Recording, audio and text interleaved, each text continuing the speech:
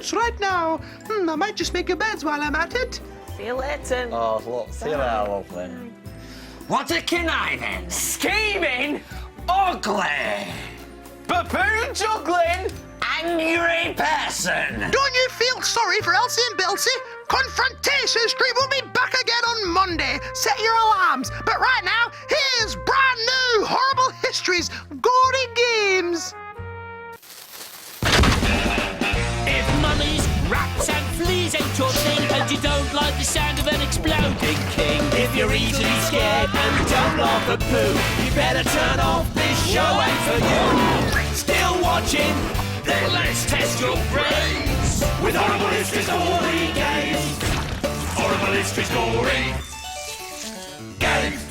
Hello and welcome to Gory Games with me, Dave Lamb, and my assistant, Rattus. And I think you'll agree, Dave, that I've never looked better. I spent a day at the Rat Health Spa, went to the steam room, had a mud treatment, and then a nice dip in the plunge pool. Which I'm guessing means the sewer, an old puddle, and then you fell in the canal. I didn't know you were a member. Ugh. This is the foul-smelling fun fest that tests your knowledge of horrible histories with quirky quizzes and gory games. So, let's meet the horrible historians who'll be facing the filth today. Hi, I'm Georgia. Hi, I'm Paramveer. Hi, I'm Olivia. Welcome one and all. Right, let's get things underway with a Stone Age warm-up game I've come up with myself. Oh, no. It's called Guess the Animal. Oh, actually, that sounds like it might be quite a nice game. One of these creatures was a giant bear called a Mega Bear. If a caveman was lucky enough to kill one, they'd eat the whole thing, even the contents of the stomach. Oh, I think I feel one of my headaches coming on. So I've emptied out a Mega Bear's stomach, and all our contestants have to do is see how many of the semi-digested animals you can identify by eating them. I am not having children eating half-digested animals from a bear's stomach. Come on, it's not like you haven't. What? What do you think was in that curry I made the other night? Oh dear. Excuse me a second. Sorry. Chicken! Dave, it was just chicken! No, it wasn't. Any more of your tricks and I'll tell pest control where you are. Oh, Yes. Right, Georgia, Paramveer and Olivia, you are playing to win year spheres. Each year sphere contains a historical date, and at the end of the show, your year sphere dates will be added up, with AD dates being added to your total and BC dates being subtracted from it. So, if these were your year spheres, for example, your total would be, Rattus? 3. No, not quite. At the end of the show, the person with the highest year score will win a unique historical prize. And it's something specially picked out of the time series by my own fair paws, which gives you some idea of how good it is. Or rather, how bad it is. Right, let's get this show on the road, and to find out what this round's about, it's over to the gory grid. It's the Rotten Romans. So, 4 questions on Rotten Romans coming up. The person who gets the most right wins the first year sphere. And your 4 Roman topics are food, legends, money, and Nero. Georgia, you get to pick first in this round. What are you going to go for? Legends. Legends. According to legend, Rome was founded by the twins Romulus and Remus. But what animal is said to have acted as a mother to the twins? Was it A, a monkey, B, a wolf, or C, a tiger? Let's see those answers now, please. Look at that. Paramveer and Olivia agreeing on C. Georgia's out on her own with B. Let's find out. The answer is B. A wolf acted as their mother. Well done, Georgia. You're up and running. Paramveer, it's your turn to choose a topic. I pick food. Food. Roman Emperor Elagabalus once served 600 what at a dinner party? A, ostrich brains, B, rat brains, or C, lion brains? Wow, complete agreement. They've all gone for A. Let's find out if they're all right or all wrong. The answer is A, ostrich brains. Rat brains aren't even a good appetizer. Oi, cheeky! Oh, they're far too small. OK, Olivia, your turn to pick a topic. Nero. Nero. Proper question, proper question, proper question, proper question, proper question, Enough. proper question, proper question. Enough. Good. Evil Emperor Nero had his wife Octavia murdered. But what did he do with her head? Did he A, have it sent to his new girlfriend, B, hang it in his dining room, or C, throw it into the River Tiber? Wow, look at that. Paramveer and Olivia agreeing on A. Georgia out on her own with C. The answer is A. He had his wife's head sent to his new girlfriend, Poppaea. So now we have a three-way tie. OK, one more question left in this round. It is on money, and this is what it is. Here comes your question, ready or not. The first Romans didn't use money, but what did they use? A, chilies, B, salt, or C, pepper? Complete spread of different answers there on show. Let's see who's right. The answer is B, salt. That's right. Roman soldiers were paid in salt, and that's where we get the word salary from. Yeah, the rat knows all. Trolley time. Well, that decisive question means that the winner of the first year sphere is Georgia. Push, push, push, push. It's heavy, trolley, push, push, push. Oh, Georgia, come and choose your year sphere. Anyone you like. But be warned, Georgia, if it's a Stone-age date inside, that could mean a few million points to be subtracted from your score by someone who's better at maths than me. Push, push, push, push, push, push, push, push, push. Now, winning the quiz means that Georgia is automatically through to play the Roman game. But will she be alone, or will everyone get to play? Let's find out. It's an all-play gory game, so it's off down the time sewer with a lot of you.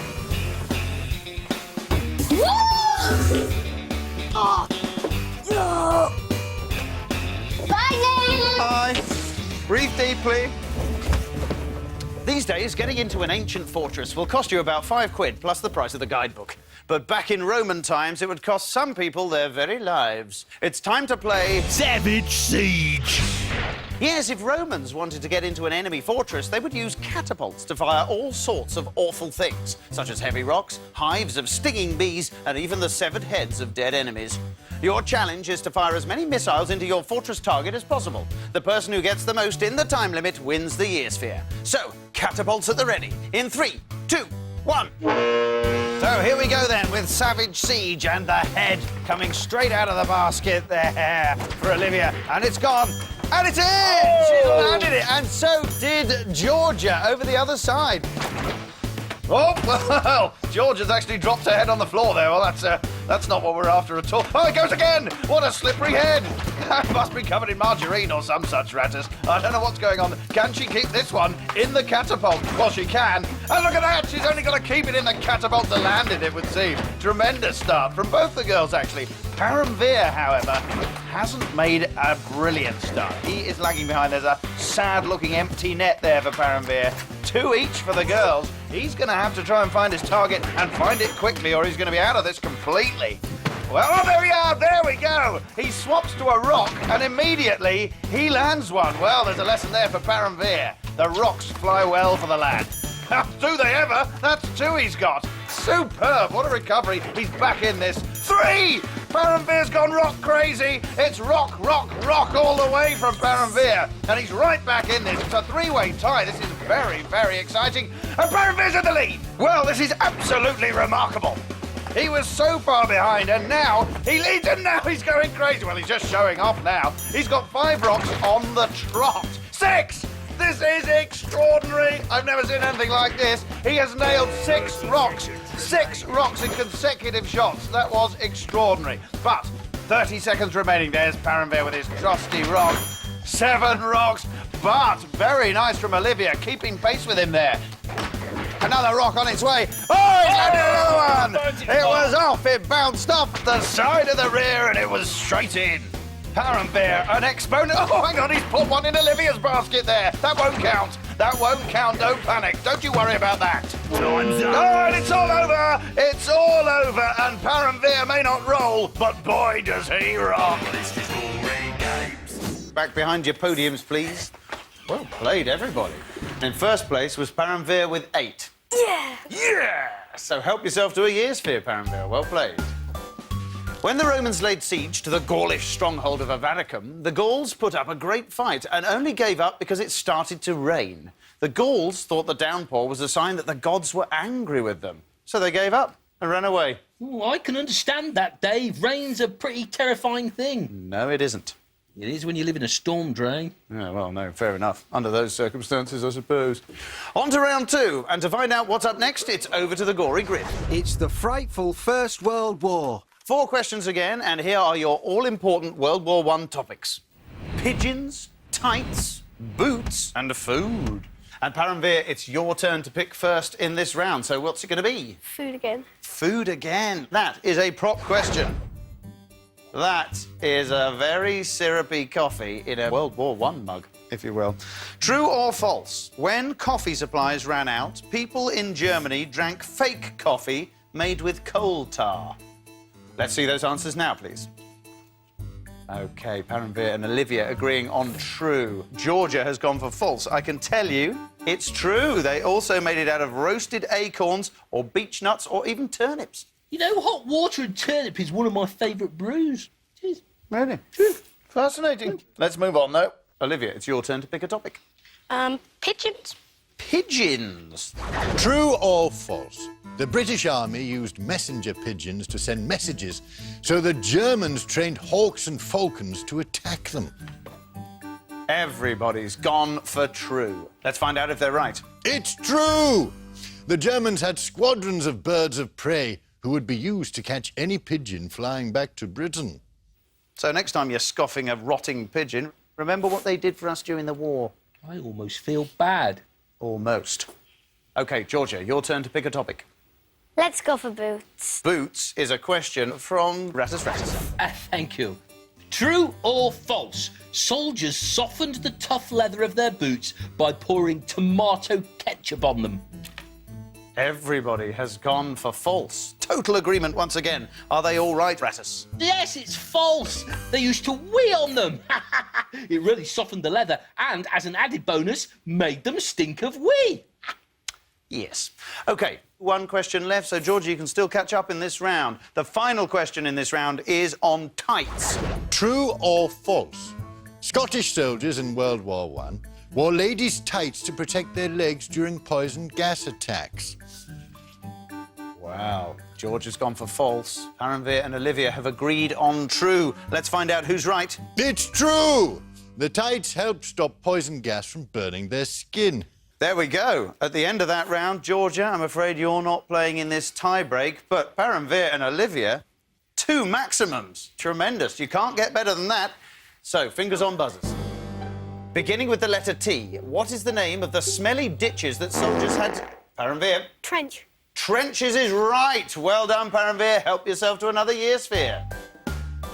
Paramveer, as the quiz winner, you're also through to play the World War I game. But will it be just you, or will the others get to play too? Let's find out. It's a single-player, silly game, and it's waiting for you at the end of that time sewer. To the time sewer at the double. Sup.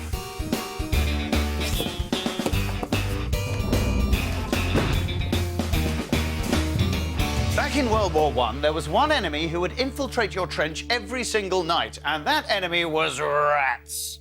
They were probably just being friendly. A likely story. Well, I'm afraid the soldiers weren't very friendly back. It's time to play... Vanquish vile vermin! Just like the soldiers in those muddy trenches, you've got to start splatting some rats.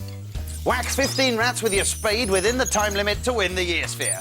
And your time starts now. So, Paramveer wields his shovel. He's straight off the mark there. Excellent start. Those are very thick eyebrows for a rat. Quite rightly, he's been bashed in the face. Rattus is once again horrified by what he's seeing here. He's gone mute, which, you know, is a bonus for me. There's one with a hat! And that would have been a regular army tin hat. Remember, this is the First World War.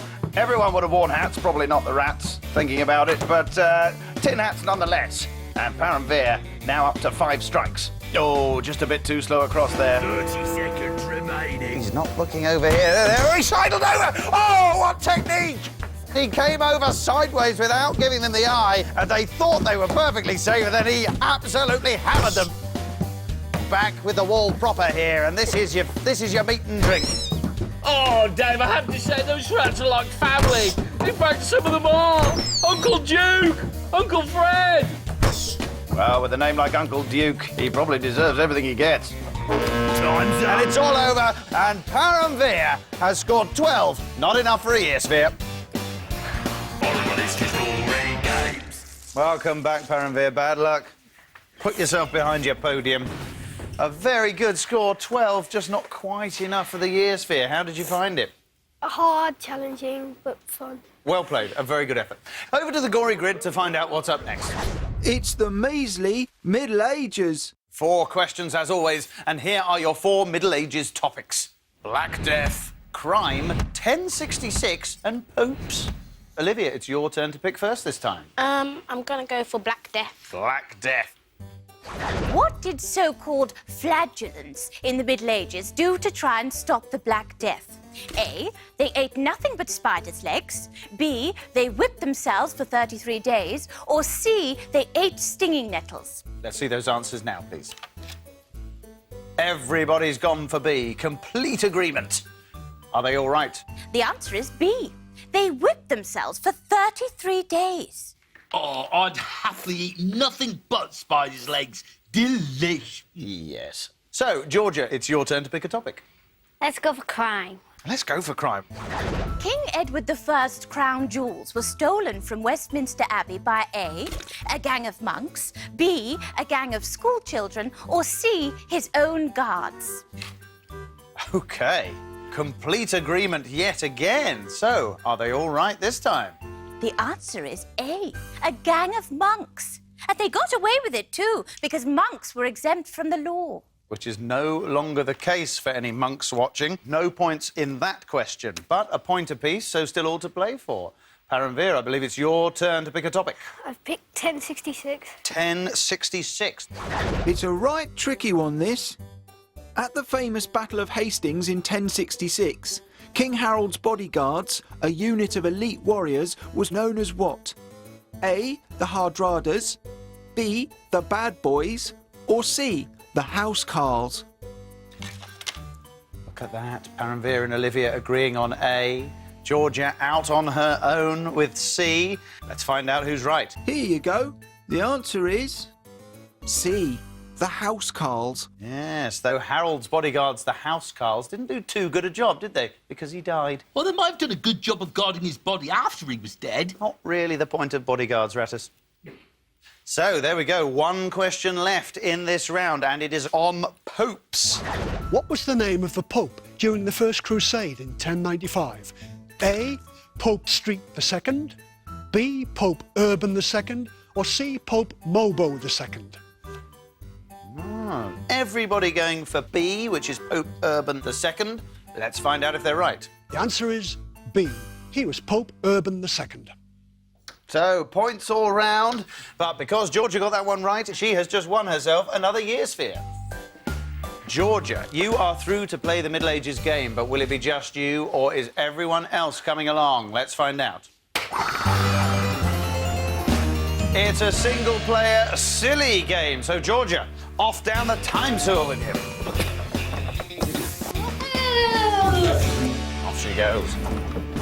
It's time to go to France in the 1400s to the court of King Louis XI, who has just been delivered a surprising and original musical instrument. It's time to play the Pig piano! The instrument consisted of pigs of different sizes and a keyboard. Play a key and a little spike would prick a piggy and make it squeal. The larger the pig, the deeper the squeal. Your challenge is to listen to and repeat a sequence of piggy squeals. The sequence will get 1 squeal longer each time. Correctly repeat 9 squeals within the time limit to win a year sphere. Get 1 note wrong, however, and you're history. Let's get squealing. So, here goes Georgia attempting to play the pig piano, and the first sequence begins.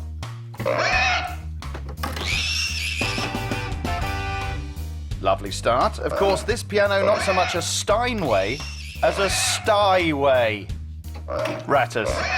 Rattus. Now, please yourself. Second sequence complete. She's doing very well. She's made an excellent start. Can I just actually apologise for my Styway comment there? Unfortunately, I read Rattus's joke book. It won't happen again.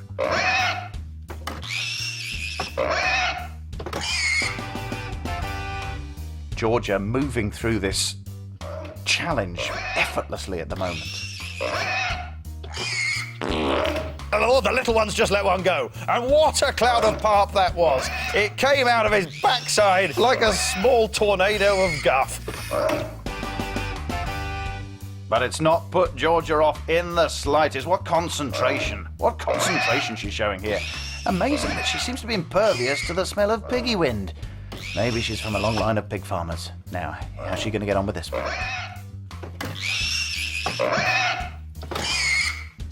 She's doing extremely well, pressing the right combination.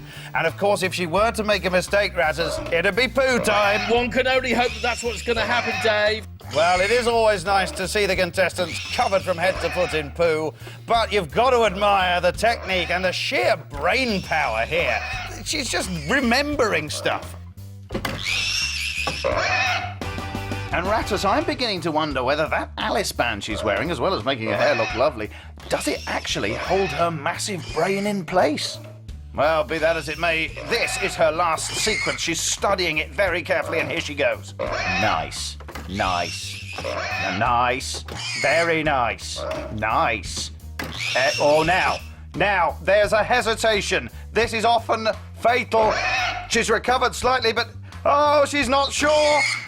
Oh, that's right, she's done it. She has done it. And Georgia has played the pig piano like a virtuoso.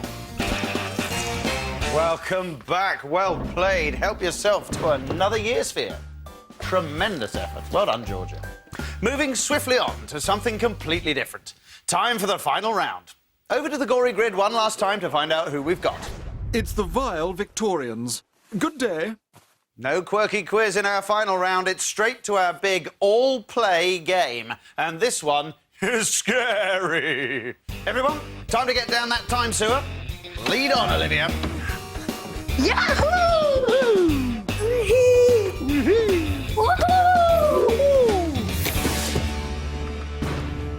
This most gruesome game is based on the criminals who stole bodies from graveyards to sell them to surgeons who wanted to experiment on the corpses to find out more about how the human body works. Let's play Grave Robbers. You are a rotten robber. Your challenge? To steal 3 bodies from the graveyard, get them through the railings, onto the carts, find the key to the cemetery gate, and get them onto the surgeon's table. If you hear this noise, then you must rush back to the cemetery and hide so the policeman doesn't spot you. A second whistle means you can go again.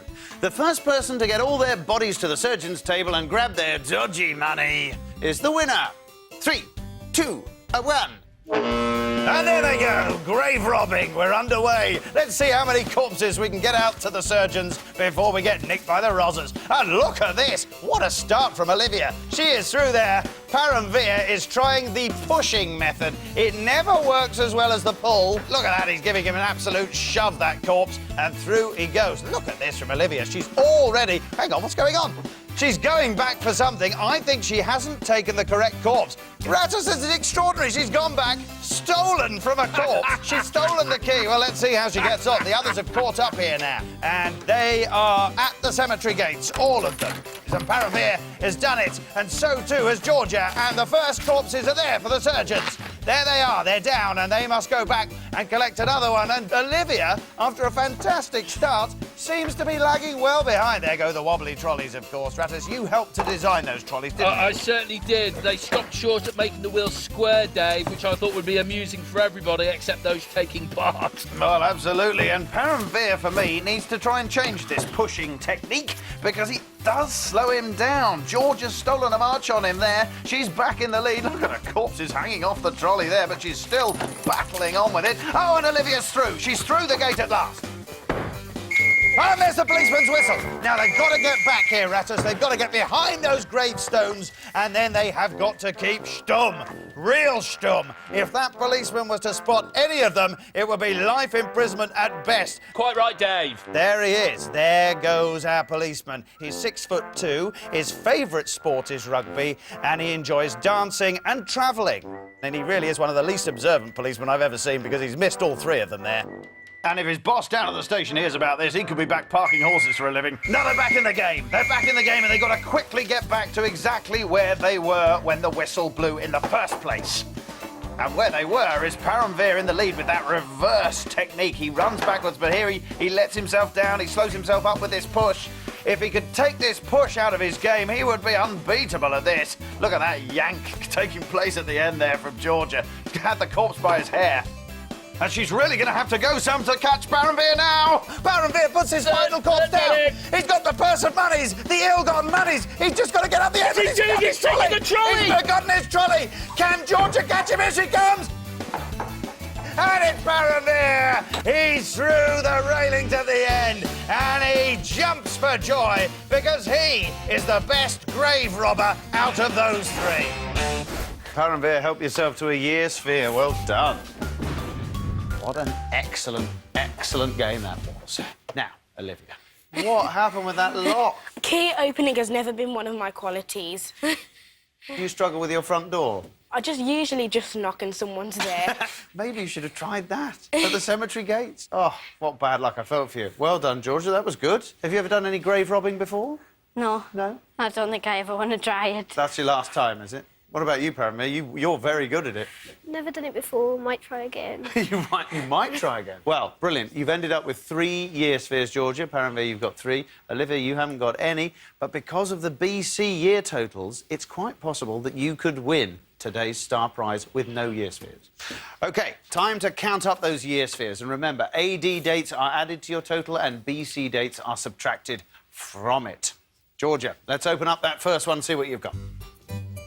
1042 AD, Edward the Confessor became King of England that year.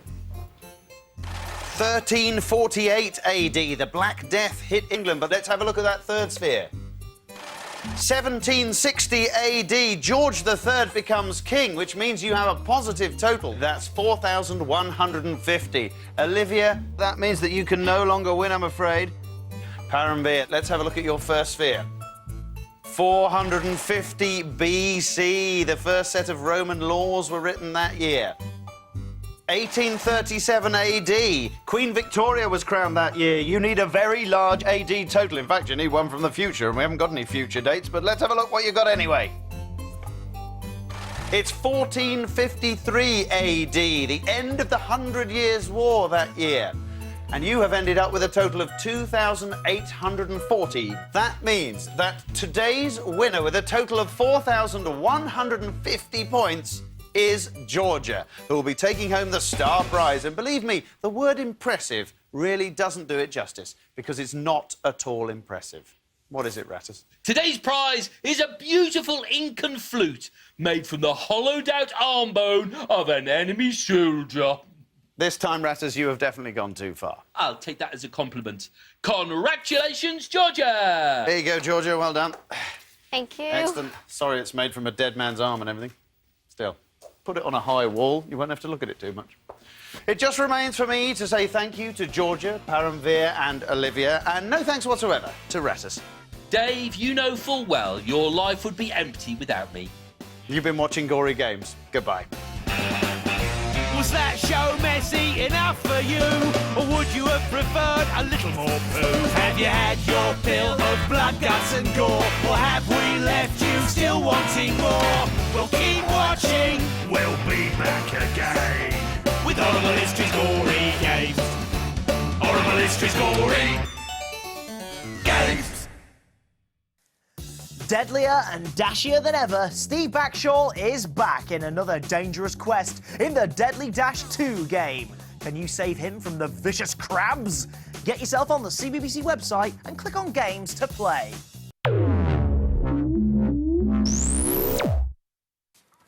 Guys, hi. Oh, welcome back to the CBBC office. Yeah. And you know what it is today, don't you?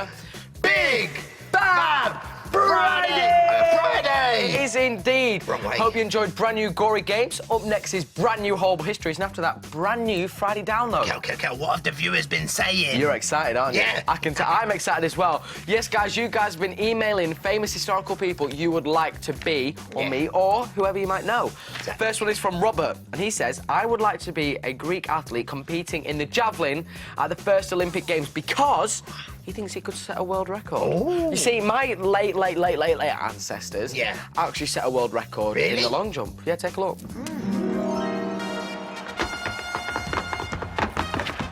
We have a new world record holder for the long jump.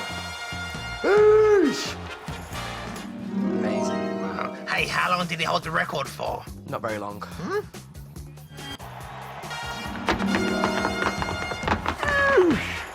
And that's another world record holder for the long jump. 5 minutes? All right, calm down. Rubbish. This next one is from Eleanor. Hi, She says, Eleanor. prepared for this? Yeah, I'm prepared. My